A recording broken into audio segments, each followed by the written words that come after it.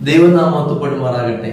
എബ്രായ ലേഖനം 1-ാം അധ്യായം അതിന്റെ 14-ാമത്തെ വാക്യത്തിൽ ഇപ്രകാരം പറയുന്നു: അവരൊക്കെയും രക്ഷ പ്രാപിപ്പാൻ ഉള്ളവരുടെ ശുശ്രൂഷയ്ക്ക് അയക്കപ്പെടുന്ന സേവക ആത്മാക്കൾ അല്ലയോ.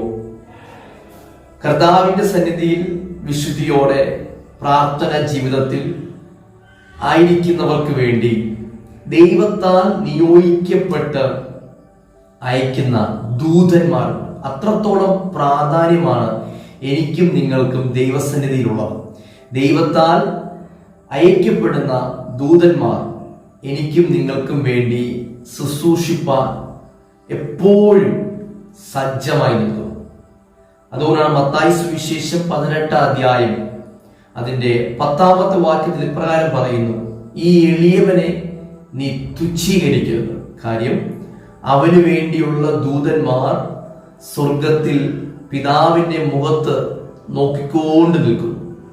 എളിയവർക്ക് വേണ്ടി, വലിപ്പ ചെറുപ്പമില്ലാതെ എല്ലാവർക്കും വേണ്ടിയും ദൈവസന്നിധിയിൽ ദൂതന്മാരുണ്ട്. പ്രാർത്ഥനകൾ, പ്രത്യേകിച്ച് ബൈബിൾ പരിശോധിക്കുമ്പോൾ സംരക്ഷണത്തിന് വേണ്ടി ദൈവത്താൽ അയക്കപ്പെടുന്ന ദൂതന്മാരെ നമുക്ക് കാണുവാൻ സാധിക്കും. എലീശ പ്രാർത്ഥിച്ചുകൊണ്ടിരിക്കുന്നു. എലീശയ്ക്ക് ചുറ്റും സൈന്യം എലീശയെ നശിപ്പിക്കുവാനായിട്ട് സജ്ജമായി വരുന്ന ഒരു കാഴ്ച നമുക്ക് 2 രാജാക്കന്മാരിൽ കാണാൻ സാധിക്കും. അവിടെയും ദൂതന്മാർ ഇറങ്ങി എലീശയെ സംരക്ഷിക്കുന്ന കാണാൻ സാധിക്കും. യേശു കർത്താവ്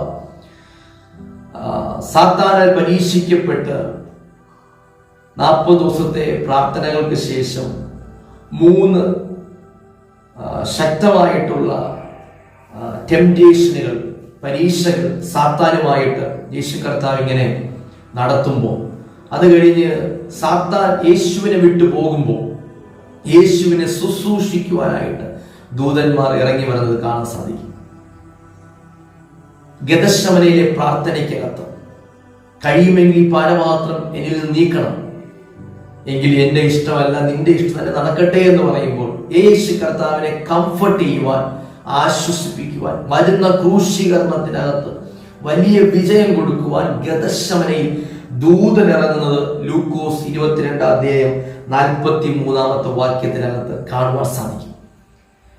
ഇങ്ങനെയാണെങ്കിൽ പ്രാർത്ഥിക്കുന്ന ആരെങ്കിലും ഉണ്ടോ? നാളത്തെ വിഷയങ്ങൾക്ക് വേണ്ടി കരയുന്ന ആരെങ്കിലും ഉണ്ടെങ്കിൽ ഞാൻ പറയാം, നിങ്ങളുടെ പ്രാർത്ഥന വിഷയങ്ങൾ വിദൂരമാണെങ്കിലും, പ്രത്യേകിച്ച് പത്രോസ് കാരാഗ്രഹത്തിനകത്ത് കിടക്കുമ്പോൾ സഭ ശ്രദ്ധയോടുകൂടെ പത്രോസിന് വേണ്ടി പ്രാർത്ഥിച്ചു.